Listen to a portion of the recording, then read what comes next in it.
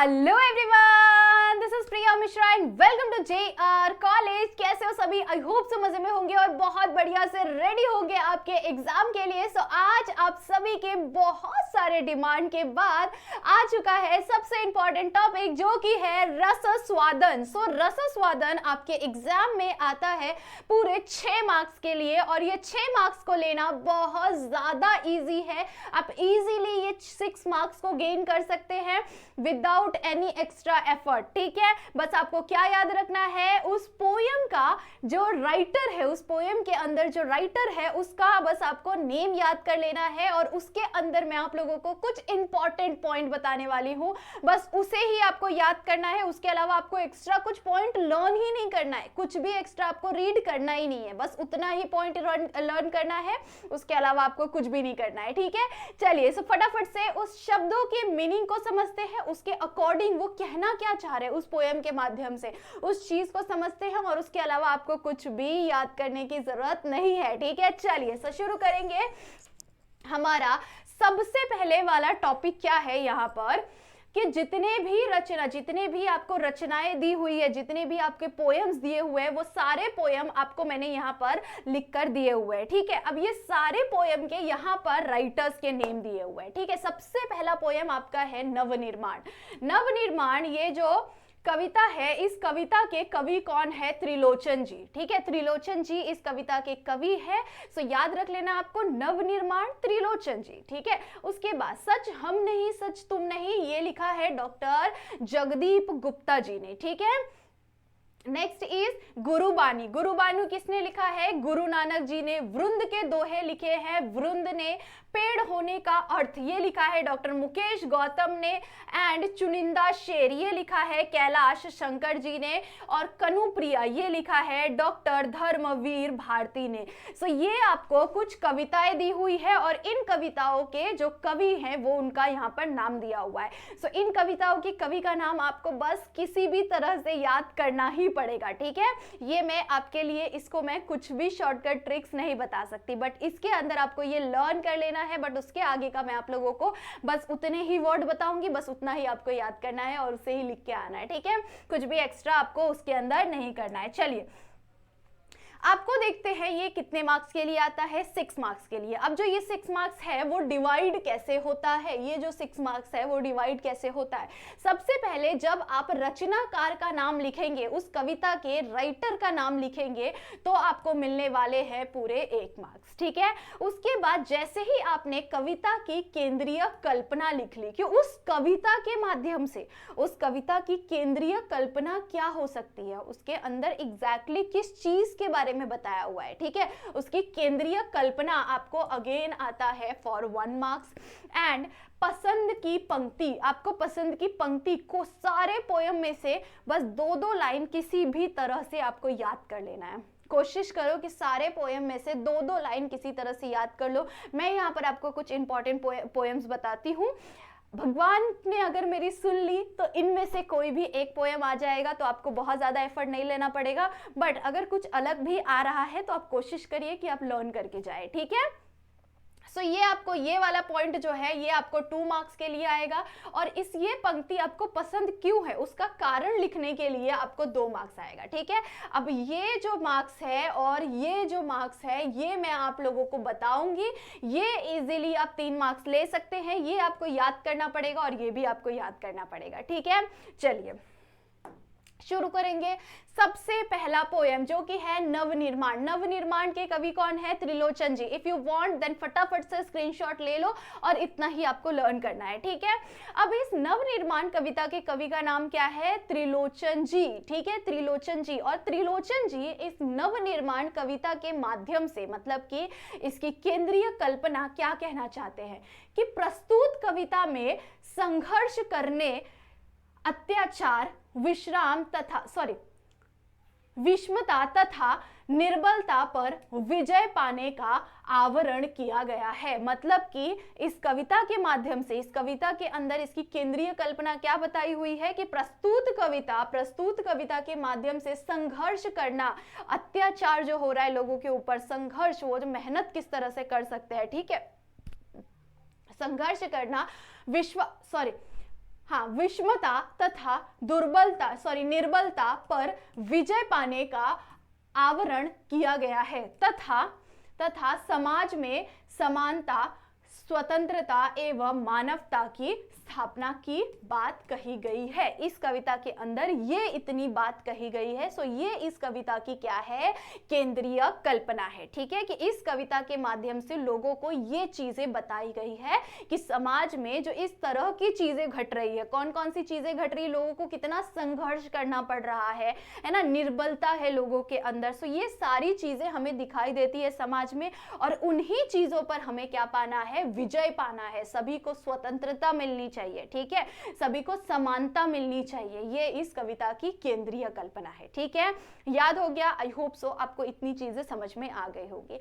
अब आप यहाँ पर कोई भी लाइन पसंद का याद कर लो, ठीक है, कोई भी पसंद का लाइन याद कर लो, बट आपको उस लाइन के पसंद आने का कारण में यही लिखना है, बस इतना ही लिखना है। पसंद आने के कारण में क्या लिखेंगे, प्रस्तुत पंक्तियों में यह बात कही गई है कि एक बार अपने लक्ष्य का निर्धारण कर लेने के बाद मनुष्य को हर समय उसको पूरा करने के काम में जी जान से लग जाना चाहिए। मतलब आपको इस पूरे कविता के माध्यम से क्या चीजें, ओवरऑल इसका मीनिंग क्या बता रहा है, बस उतना अगर आपने लिख लिया, कोई भी पंक्ति आपने पसंद की लिखी है बट उसके नीचे में ये इतना 4 लाइन अगर याद करके लिख लोगे तो बस फिर डन, कोई आपका मार्क्स नहीं काट सकता है। ठीक है, सो वो 2 लाइन कोई भी याद कर लो, कोई भी 4 लाइन की पंक्ति अगर होगी आपकी तो वो 4 लाइन की कोई भी पंक्ति याद कर लो, और बस आपको इतना ही लिख के आ जाना है कि प्रस्तुत कविता में यह बात कही गई है कि एक बार अपने लक्ष्य का निर्धारण करने के बाद मनुष्य को हर समय उसको पाने की ओर लग जाना चाहिए, पाने की तरफ बढ़ जाना चाहिए, पाने की तरफ लग जाना चाहिए। ठीक है, सो ये बस इस कविता के माध्यम से आपको बताना चाहते हैं। ठीक है, आई होप सो आपको ये नवनिर्माण समझ में आ गया होगा। आगे बढ़ेंगे नेक्स्ट की तरफ। Gurbani. Gurbani again very important है, बहुत ज्यादा इंपॉर्टेंट है। गुरुबानी, वृंद, नवनिर्माण, सच हम नहीं सच तुम नहीं, ये कुछ इंपॉर्टेंट पोएम्स है जो कि बहुत ज्यादा टाइम आते भी है। ठीक है, सो गुरुबानी। गुरुबानी में कौन है, गुरु नानक जी इसके राइटर है। ठीक है, उन्होंने इसके माध्यम से क्या बताया हुआ है, इसकी केंद्रीय कल्पना क्या हो सकती है कि प्रस्तुत दोहे पदों में गुरु के महत्व, ईश्वर की महिमा तथा प्रभु का नाम स्मरण करने से ईश्वर प्राप्ति की बात कही गई है कि अगर हम भगवान का नाम लेंगे तो हमें ईश्वर प्राप्त हो सकते हैं। ये चीज इस कविता के माध्यम से बताई गई है। ठीक है, सो इस कविता की केंद्रीय कल्पना क्या होगी, इस कविता की केंद्रीय कल्पना है कि प्रस्तुत दोहे पदों में, ये क्या है, दोहे पद दिए हुए। ठीक है, उसके अंदर पंक्तियों के अंदर दोहे के 2-2 लाइन दिए हुए आपको। ठीक है, सो प्रस्तुत दोहे पदों में गुरु ने महत्व, गुरु के महत्व के बारे में बताया कि गुरु का हमारे जीवन में किस तरह से महत्व है। ठीक है, कि गुरु अगर हमें मिल जाए तो वो हमें पानी से भी ज्यादा शीतलता प्राप्त करवा सकती है। ठीक है, सो गुरु के महत्व, ईश्वर की महिमा तथा प्रभु का नाम स्मरण करने से ईश्वर की प्राप्ति की बात कही गई है। ये लर्न कर लेना बेस्ट है, बस इतना ही करना है, नथिंग एल्स। ठीक है, आगे बढ़ेंगे। पसंद की पंक्ति, 2-2 लाइन की पंक्ति आप कोई भी याद कर लो, डन हो जाएगा आपका। उसका पसंद आने का कारण क्या हो सकता है कि गुरु नानक जी ने इस पंक्ति में यह बताया है कि कुछ लोग ऐसे होते हैं जो गुरु को महत्व नहीं देते हैं और अपने आप को ही ज्ञानी मान बैठते हैं। गुरु नानक जी ऐसे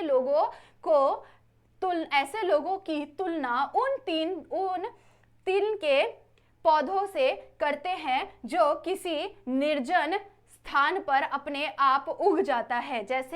जैसे कि ऐसे पौधे लाइक जब बारिश पड़ती है तो कैसे वो घासें उग जाती है, पर उनकी कोई वैल्यू होती है क्या, नहीं होती है। बट जिन पौधों को हम बहुत मेहनत से बोते हैं, उपजाते हैं, वो जो फल देता है सो उसकी कितनी ज़्यादा वैल्यू होती है ना। सो उसी तरह से यहाँ पर ऐसे लोग जो कि गुरु के महत्व को नहीं समझते हैं, गुरु से ज्ञान प्राप्ति के महत्व को नहीं समझते हैं, अपने आप में ही ज्ञानी बनते रहते हैं, ऐसे लोगों को गुरु जी ने क्या कहा है, गुरु नानक जी क्या कहते हैं कि ये ऐसे पौधे हैं जो अपने आप ही कहीं पर उग जाते हैं। ठीक है, समझा आपको? आई होप सो समझ में आ गया होगा। सो यहाँ पर हमने गुरुबानी कंप्लीट कर लिया।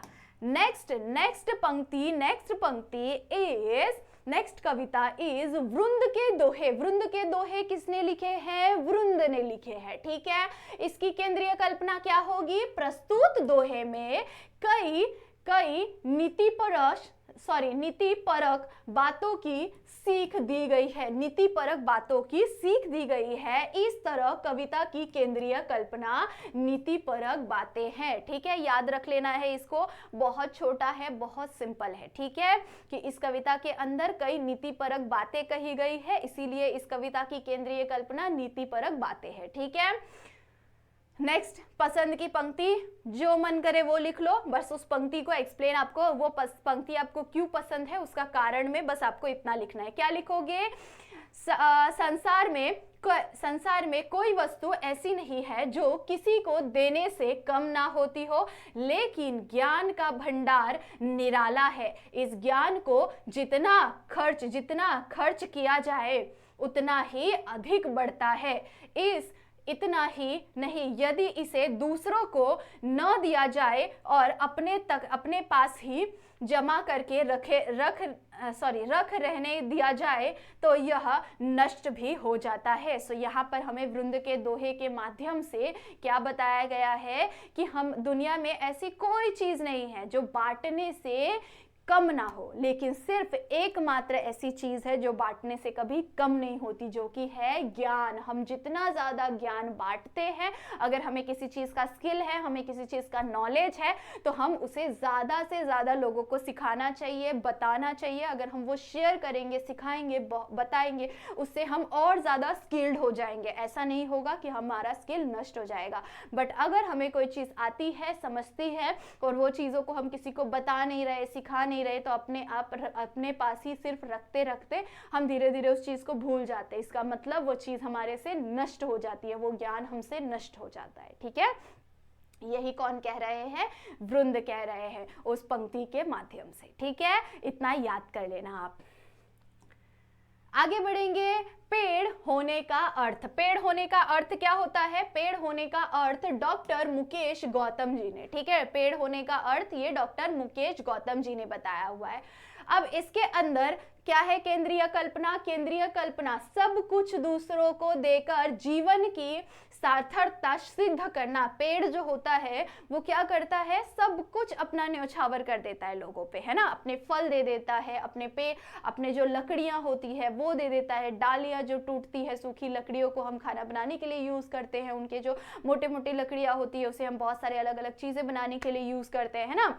सो पेड़ अपना सब कुछ न्यौछावर करके ही, है ना, करते ही वो खुश रहता है और लोगों को इतनी सारी चीजें प्रोवाइड करता है। तो वो यहाँ पर हम बता सकते हैं कि सब कुछ दूसरों को देकर जीवन की सार्थकता सिद्ध करना पेड़ मनुष्य का बहुत बड़ा शिक्षक है। वो हमें सिखाता है कि कैसे दूसरों को बांट कर भी वो खुश है। पेड़ मनुष्य का हौसला बढ़ाता है, वह उसे समाज के प्रति जिम्मेदारी का निर्वहन करना सिखाता है। किसी भी समाज में जो लोग रह रहे हैं उनकी किस तरह से मदद करनी चाहिए, उनके लिए किस तरह से काम करना चाहिए, ये चीज हमें कौन सिखाता है? पेड़ सिखाता है। सो इस पेड़ की केंद्रीय कल्पना आई होप सो आपको समझ में आ गए होंगे। नेक्स्ट पंक्ति आपके पसंद की कोई भी लिख सकते हैं, और पंक्ति पसंद होने का कारण क्या लिखेंगे?